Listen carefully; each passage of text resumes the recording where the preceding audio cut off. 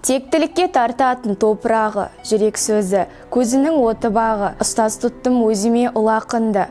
Қара сөзін, өлеңін оқығалы, әр айтқаны, тағылым санатында, биіктейді, қар өлең қанатында. Толық адам қалыбын ұқтырды өзі, ізгілікке жетелеп дана тұлға. Парасатпен ақылдың парқын біліп, өлең сүйдім, өсем деп жарқын күліп.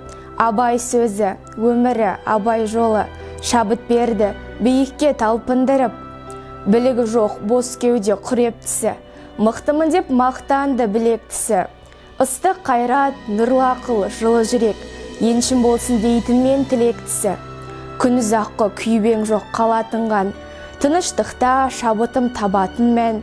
Абайды оқып, абайлап ән тек басып, абайды оқып мен талай таң атырғам.